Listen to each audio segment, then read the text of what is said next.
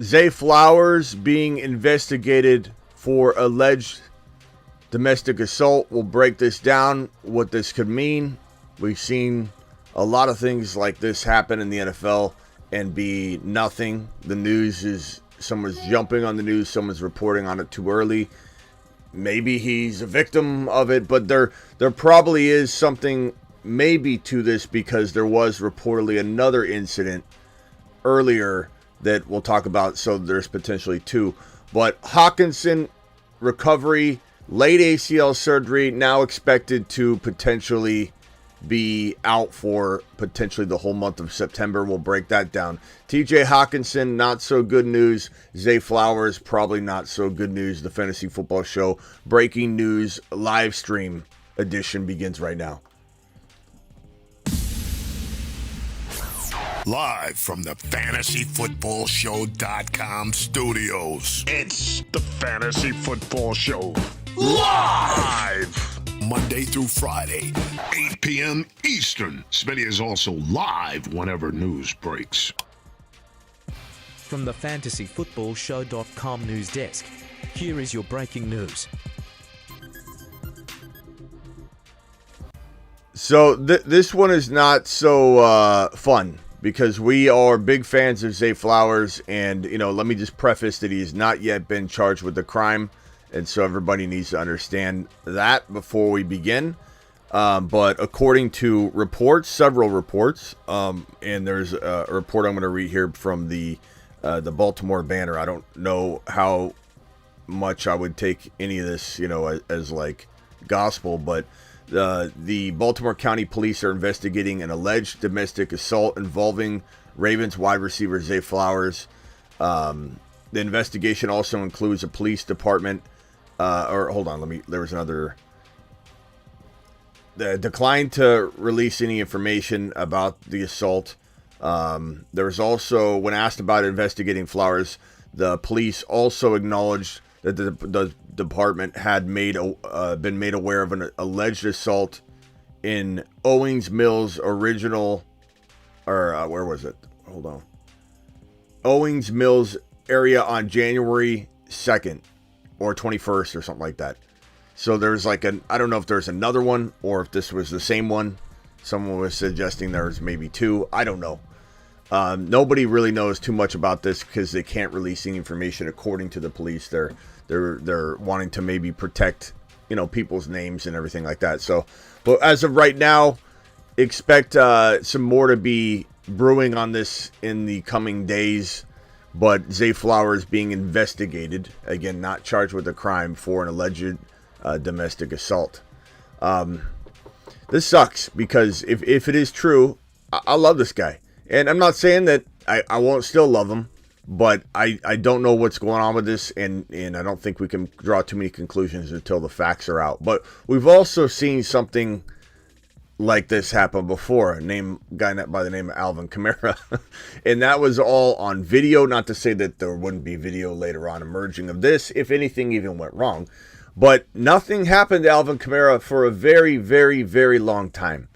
And quite arguably, it was thought that maybe nothing would happen to him. The way the NFL approaches these things is they let the legal process play out before they do anything. Now, this legal process could take a very long time, or they could expedite it, make it fast so that he gets what he needs to get out of it and moves on. And again, maybe there's a world where he didn't even do anything wrong. We don't know. We can't really assume either way. I don't want to assume he's, not somewhat involved, because we got to adjust and adapt, decisions and reactions. But again, I don't know. I mean, that's the thing about this kind of stuff, is you can request a speedy legal process if, let's say, there was something that was going down, and so in order for him to say, let me get this out of the way, I don't want it to linger throughout the entire season, let me just get my punishment or whatever. There's a world where this thing goes quickly. It doesn't have to be long drawn out. Sometimes that is not what the player actually wants. Kamara was drained from it all, and deservedly so. Alvin Kamara put it all on his own shoulders and made his own bed. But Zay Flowers, I'll keep you posted. I'll keep you posted on that when it comes in, when the news comes rolling in. There's nothing else really. Everybody's just kind of, Flowers has not been charged with a crime. It was not immediately clear if he had an attorney. Ravens team spokesman did not respond to questions about the investigation. Zay Flowers' agent did not immediately return messages Thursday afternoon. Flowers played in the AFC Championship game a week after county police received this report. I don't know that there were two reports. I think what it was is somebody was confused. There was another report out there saying that the report was originally received back on January 21st, but then somebody hearing now thought it was the second one. So be careful with that too. There's a lot of crazy info out there right now on this. People jumping the gun on it. I think there was one report. I think there's one incident, if I'm looking at this correctly, and Flowers doesn't really have, in my opinion, any sort of red flag for this. So the issue of domestic violence has loomed large over the NFL since the former Ravens running back Ray Rice was arrested and charged for assaulting his then fiancee in 2014. The charges led to suspension and eventual release. And since then, owner, look, we could go over this all day long, but we have no information, so let's just kind of hold tight on this. But yeah, we'll keep an eye on it. As for TJ Hockenson, and let me pull up this tweet here so you guys can get a glimpse of what this one says. Same thing. Zay Flowers being investigated by Baltimore police for an alleged domestic assault. Flowers has not yet been charged with a crime. Just to be very, very redundant and clear. TJ Hockenson, according to ESPN, might be out all of September and not be ready to play till October. Now, the thinking behind this is that typically an ACL recovery takes about 9 months. There have been players that rush back. A lot of running backs have tried to come back a lot earlier. Some have made it and had a successful return. But TJ Hawkinson's a big boy. You know, it's not like he has tremendous leg strength like a running back, like a Barkley, like a player coming back and they use their legs for a living. The way that a tight end would use this a tight end position, especially Hockenson, he's a different body type. So 9 months feels a little bit more realistic. And also keep in mind how slow this process has been for him already. And that tends to be kind of an indicator, a harbinger of things to come as to how his progress will come rolling along in the end season. So if we say that Hockenson didn't have surgery until a few weeks ago, and his injury occurred a lot longer or a lot more in the past, like how far, Ziggy, when did TJ Hockenson tear his ACL? I want to say it was week what? From CaliforniaExaminer.net. Taylor Hawkins. Taylor! Ziggy off! Died of an overdose on Ziggy off! Ziggy off! Come on, Ziggy! I think it would have been like a month or something. I don't know. Does anybody have that information? Look it up for me real quick. TJ Hockenson waited a long time. Why is ACL? Whenever you tear your ACL, it's MCL. Whenever you tear your ACL, you're usually damaging other ligaments. So if your knee goes this way, you're tearing your MCL. They're very painful. The bigger ligament on the side, on the inside of your knee. Very painful. When I tore my ACL, I went like that. So I tore my MCL. I did tear my LCL a little bit. I tore meniscus because, as you can see, the knee will pinch that meniscus in the corner there. You'll tear oftentimes meniscus here when you tear your knee this way. So MCL tear with meniscus over here is usually coupled with it. And then when you snap your ACL that way, you got so much total damage to the knee, there's swelling. Sometimes they got to wait a good month before they do a surgery. And in this case, that was about what it was. They waited a long time. It wasn't like 2 weeks or a week. It was like a month. I remember hearing when he had his surgery, I was like, whoa. This guy tore his ACL like months ago. It wasn't months, but it had been at least, I think, a month. And it's because of the swelling. It's because of the MCL. The MCL had to heal. Sometimes the MCL is the biggest part of that and component of that. When I tore my knee, it sounds like Hockenson and I tore exactly the same way. When I tore my knee, my MCL hurt for a year and a half, 2 years. It was so sore and tender. And that was the December 27th. Yeah, so, and he just recently had it. So it had been like a month since he tore it, you know, and so that's a long time. That's a really long time. Sometimes people go under the knife that week to get things going and the process moving. So he's a month behind what we thought he would be, and he's already got slow progress just in terms of his knee being ready to even have surgery. I have a feeling he's going to be a 9-month recovery. I have a feeling he's not going to be somebody that's way ahead of schedule. You never know. You never know. But I would say anticipate being without Hockenson for month 1 of the 2024 NFL season. I wish we had better news today. These are not good topics. Zay Flowers being investigated, again, not charged with a crime, but being investigated by police in Baltimore for alleged domestic assault, and TJ Hockenson looking like he's going to miss the first month of the season with his ACL recovery. Week 15, was it? Yeah. I don't know if I'm gonna replace the Zigmeister or not. I wish I had better news, guys. I wish I had better news. Aaron Rodgers, I do have some good news, I suppose. Aaron Rodgers has a little bit of good news. By the way, there's 70 of you in here and only 16 thumbs up. Punch that thumb up button if you could.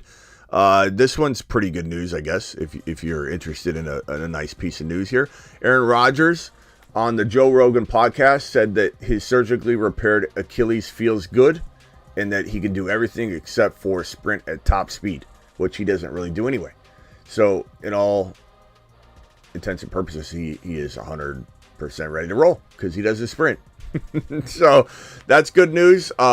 Let's hope old man Aaron doesn't re-injure his Achilles. That is something that can definitely be a scare. Usually, you don't re-injure or re-rupture your Achilles, though. You usually rupture the other one. And this is what I was worried about for Cam Akers.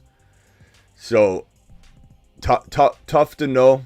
I worry about that other Achilles. The reason you tear your other Achilles, or the reason sometimes when you tear your ACL, you tear your other ACL, is you're compensating on that other leg to such a degree that you're using that leg in a way that you normally wouldn't. So you're putting stress on that leg and you're putting it in vulnerable positions. So Aaron Rodgers needs to make sure he trusts that he has balance and he doesn't go out there and put a weird kind of weight and usage on the good leg, because he is older. He's an old man. Ziggy, how old is Aaron Rodgers? Let's see if Ziggy can get anything right today. Aaron Rodgers is 40 years old and was born on December 2nd, 1983. Thank you, Ziggy off. Thank you. So 40 years old, turns 41 in December. Feels like he's one of those 45-year-old quarterbacks, though. So Aaron Rodgers, good news. TJ Hockenson, not so good news. Not devastating news, but not good news. He's behind schedule. He has been since he tore it. Flowers, not good news. Again, maybe nothing is made of this, but I do know that when you're involved in a lot of this off the field stuff, it does kind of hamper your ability to do well on the field. So I don't know that this is necessarily a good thing on any level, like it's not like, let's say they say, okay, he might avoid some sort of suspension just because the news will unfold a certain way, unless this thing is a misunderstanding or he's the victim, which, look, we have to accept that there's a potential for any kind of way this thing could go, because we don't have any information. He's involved in an investigation for this domestic assault. He's being investigated. He could be being investigated as the victim. I don't think that's probably the case, but it could be. He could be involved, and it was somebody he was with that was doing it. We don't really fully know. We need to make sure we understand that he has not yet been charged with a crime. But the moment this does go one way or the other, we'll jump on it. And if it does go the negative way, we'll jump on it. And even if, let's say, he avoids a suspension, or it's going to be not even this upcoming season, it's going to get drawn out, that's not good for his mentals and his preparedness and his performance, because it will weigh on him. Alvin Kamara even said that it just was hard for him to be focused. He had so much going on. He was in and out of court, and it was taxing on the mind. This is not something a player wants to play with. So I'm sure he wants to get rid of it and get it out of the way. That's why I say that everyone thinks, every one of these gets dragged out for a year or two. Not necessarily the case. It might be something that happens very rapidly, and maybe he wants this out of the way. Maybe he made a mistake. Maybe he didn't. Maybe he's innocent. Again, we don't know. But if he did, let's say, make a mistake, maybe he's like, let's get this over with. I made a mistake. I want to get the suspension out of the way. I want to move on with everything. That's sometimes the way some of these players want to handle it, and that's probably a smart way to handle it instead of dragging it out, ruining a whole year, and then having a suspension the next year, and then having 2 years affected by it versus let's get this thing done and out of the way. Again, more to come. We don't even know if he's going to be charged with a crime. Pitts could be good up. Yeah, Pitts could be really good this year. Pitts could be a huge bounce back this year. That's it. That's it, ladies and gentlemen. Very quick live stream. 70 of you in here, only 24 thumbs up. Don't forget that Underdog Fantasy, code Smitty.